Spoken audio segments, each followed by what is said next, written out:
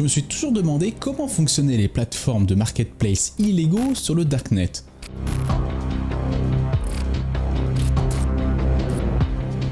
Ou plutôt, comment sont-elles hébergées? Vous allez voir qu'il n'a pas besoin d'être un crack en informatique pour réussir ce type de prouesse. Vous allez vraiment être surpris par cette facilité d'utilisation.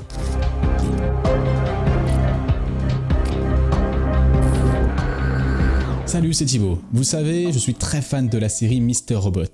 Vous n'êtes sûrement pas passé à côté si vous avez vu la série, une scène traite de ce type de sujet. Du coup, quoi de mieux que pour illustrer ses propos d'utiliser la série iconique de Sam Esmail avec Rami Malek comme acteur principal. La seule chose ici que vous devez savoir, c'est que Elliot doit redéployer un site web d'un protagoniste sans regarder son contenu. Si vous trouvez ça suspicieux, moi aussi je vous comprends. Migrer un site web à travers une interface Linux, ça il connaît. Mais vous allez voir, ce n'est pas si simple que vous ne le pensez.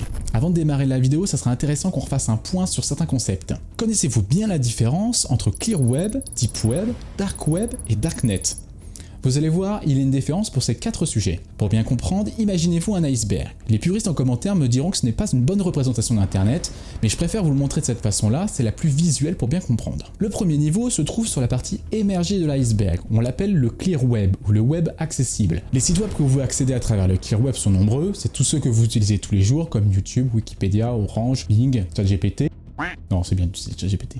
Aussi. On l'appelle le 3W, le World Wide Web, c'est la grande majorité d'Internet. Maintenant, descendons d'un niveau. Descendons au deuxième niveau, ce qu'on appelle le Deep Web. Beaucoup de gens confondent le Deep Web comme une partie non accessible. C'est un peu faux. Pour parler de Deep Web, on parle plutôt de web profond ou de web non indexé. C'est-à-dire que toutes les informations que vous allez trouver sur le site web sont publiques, mais ne sont pas facilement accessibles ou ne sont pas indexées par les moteurs de recherche. L'exemple le plus simple pour bien comprendre ce concept est l'exemple suivant.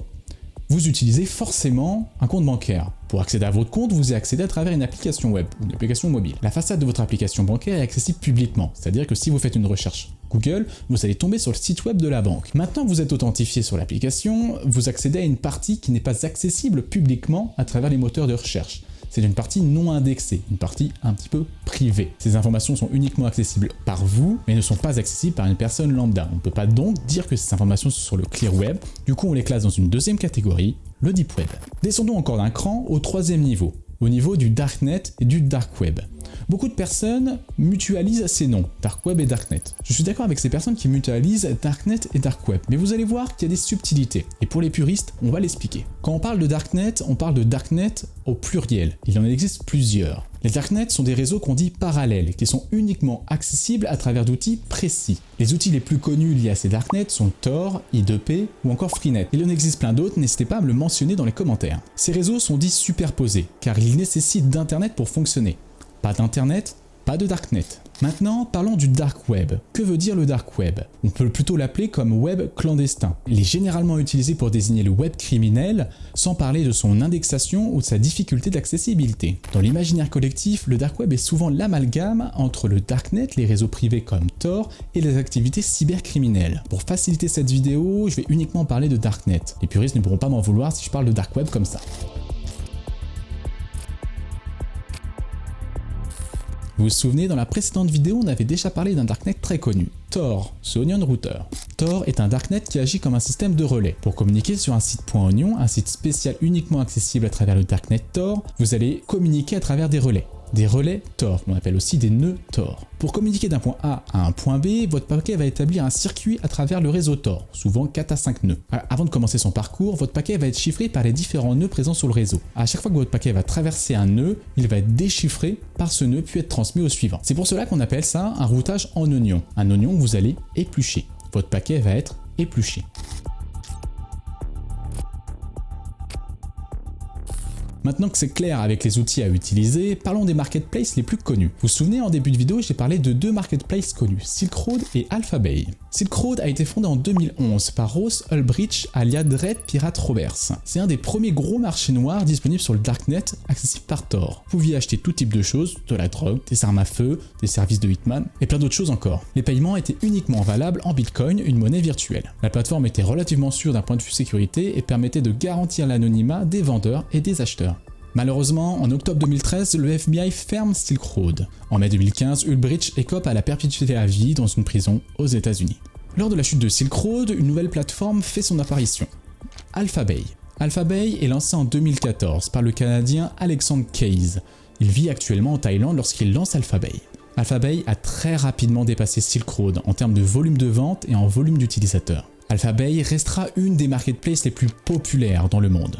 Comme Silk Road, Alphabay va subir les foudres du FBI en 2017. L'arrestation d'Alexandre est liée à de nombreuses erreurs. Il utilisait le même pseudo sur la majorité des forums ainsi que Alphabay, utilisait le même mail personnel pour envoyer des emails à travers Alphabay et n'avait pas chiffré ses ordinateurs lors de perquisitions par le FBI. Toutes ces informations ont joué contre lui et ont permis de faire tomber Alphabay. Case a été arrêté puis incarcéré en Thaïlande. Quelques jours après son arrestation, il était retrouvé mort en cellule.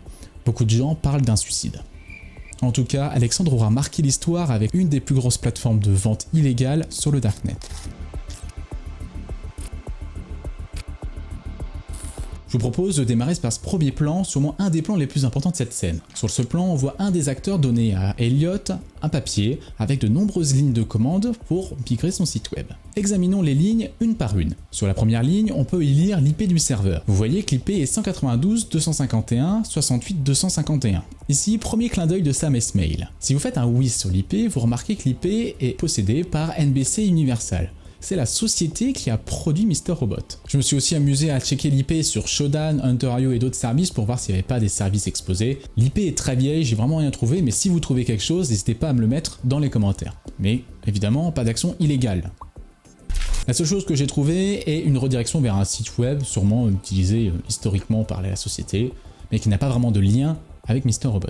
Passez maintenant à la deuxième ligne. Ce qui est un peu étrange ici, c'est que la personne qui a rédigé cette feuille a juste mentionné un mot de passe, mais n'a pas mentionné le nom d'utilisateur lié à ce compte. Qui est un peu bizarre, parce que vous n'allez pas pouvoir vous connecter en SSH sur la machine si vous n'avez pas le nom d'utilisateur. Ici aussi, il y a un easter egg avec le mot de passe. Le mot de passe est Tribiani, écrit en LeetSpeak. Joe Tribbiani vient de la série Friends. C'est sûrement un clin d'œil fait par Sam Esmail pour parler d'une personne un peu légère, un peu idiote. Ici, je n'ai pas forcément la référence de pourquoi Joe Tribbiani de Friends apparaît ici, mais vous l'aurez sûrement, n'hésitez pas à me le donner dans les commentaires. Maintenant, regardez les lignes de configuration de NGINX. NGINX est un reverse proxy permettant d'héberger des sites web. Le premier chemin est classique, rien à signaler sur ce côté-là. Par contre, les deux autres chemins après posent problème. Si vous regardez bien, vous voyez que les chemins commencent par /home. Ça pose problème. Ce n'est pas le cas dans la réalité. Dans la réalité, ça serait plutôt user share à la place de home. Par exemple, pour la première ligne, ça serait user share nginx prod et pour la deuxième, user share nginx html. L'installation est classique, apt update pour mettre à jour la liste des repos et apt install nginx pour installer nginx.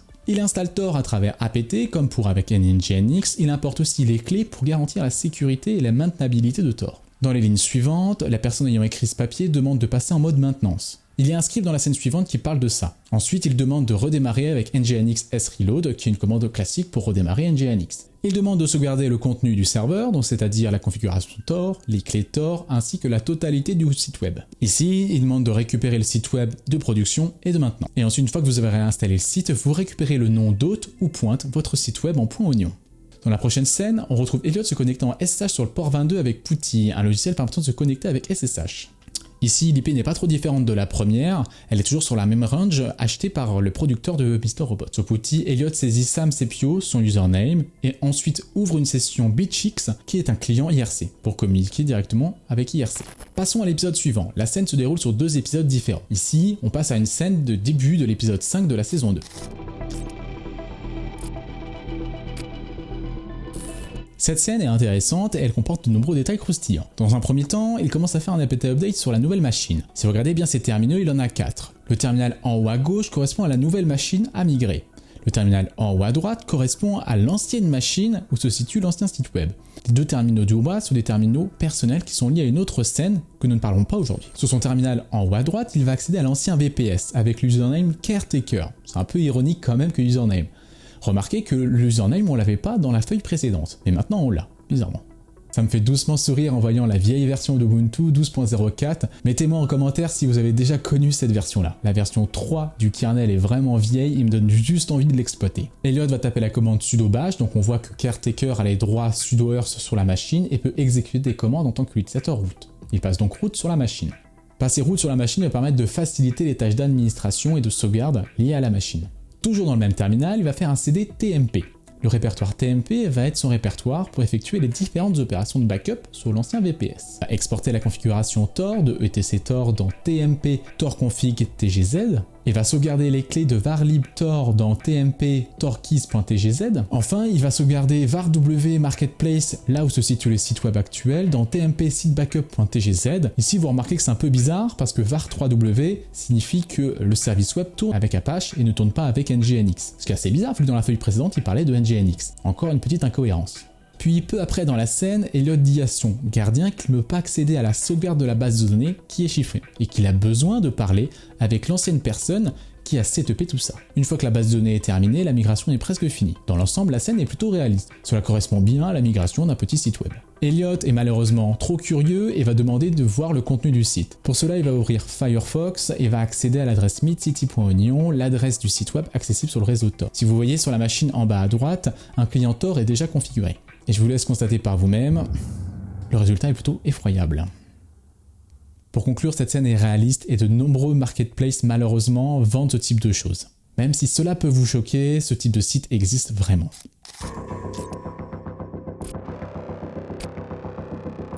Mais revenons à la problématique du début. Est-ce que héberger un site web sur le darknet est compliqué? Eh bien vous allez voir, clairement pas. L'objectif est de faire un miroir du site web de Trackflow.com directement accessible depuis le darknet avec un point oignon.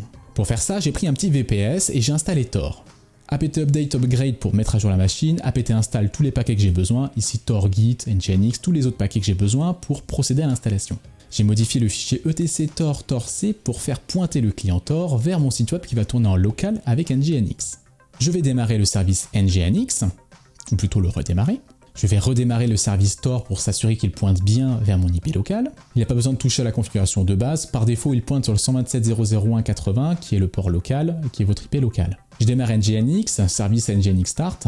Puis je me rends dans la racine de nginx et que je vais cloner tout le contenu de Trackflow.com. Le contenu de Trackflow.com est accessible publiquement sur GitHub. Je peux faire un git clone et le nom du projet de Trackflow, du site web de Trackflow. Non, j'ai envie que le site web se mette automatiquement à jour quand je publie une mise à jour. Pour cela, je vais créer une cron tab qui va se lancer toutes les heures pour mettre à jour le site si besoin. Enfin, vous avez vu que dans la scène de Mr. Robot, le marketplace a un nom particulier, Midcity, avec des caractères un peu bizarres, point oignon. C'est possible de réaliser ce type d'opération, mais c'est assez coûteux en ressources. Si je veux par exemple une adresse en point oignon qui commence par Trackflow, cela me prendrait entre 1 à 2 jours de calcul avec ma machine actuelle. Et si on pense à l'environnement, il fait assez chaud dans mon appart, j'ai pas besoin de laisser mon PC tourner pendant 2 jours. Pour cela, j'ai réduit le nombre de caractères à tflow. Le calcul de ce nom de domaine point oignon a été assez rapide et a mis quelques secondes sur ma machine. Une fois que j'ai généré mon nom de domaine et les clés associées, je le dépose dans le bon dossier de configuration de Tor et je peux redémarrer mon service Tor et je peux maintenant accéder à mon site web uniquement accessible sur Tor en point oignon. Vous avez vu, ça m'a pris que quelques minutes de mettre en place un site web uniquement accessible depuis le darknet.oignon. En conclusion, cette scène est vraiment très réaliste. Je ne vous invite pas à aller sur Tor pour accéder à ce genre de site web. Si vous voulez y aller, faites-le en votre propre connaissance de cause. D'ailleurs, si vous voulez accéder au site web de Trackflow en point oignon, je vous mets le lien dans la description. Si vous avez des questions sur cette vidéo, n'hésitez pas à le noter dans les commentaires, j'y répondrai avec plaisir. J'essaye d'être le plus régulier possible dans les vidéos, même si ça me prend énormément de temps. N'oubliez pas de vous abonner, d'activer la cloche et de mettre un petit like, ça me soutient énormément pour cette fin d'année. On se retrouve en 2024 avec de nouvelles vidéos et je vous souhaite de très bonnes fins d'année. Ciao!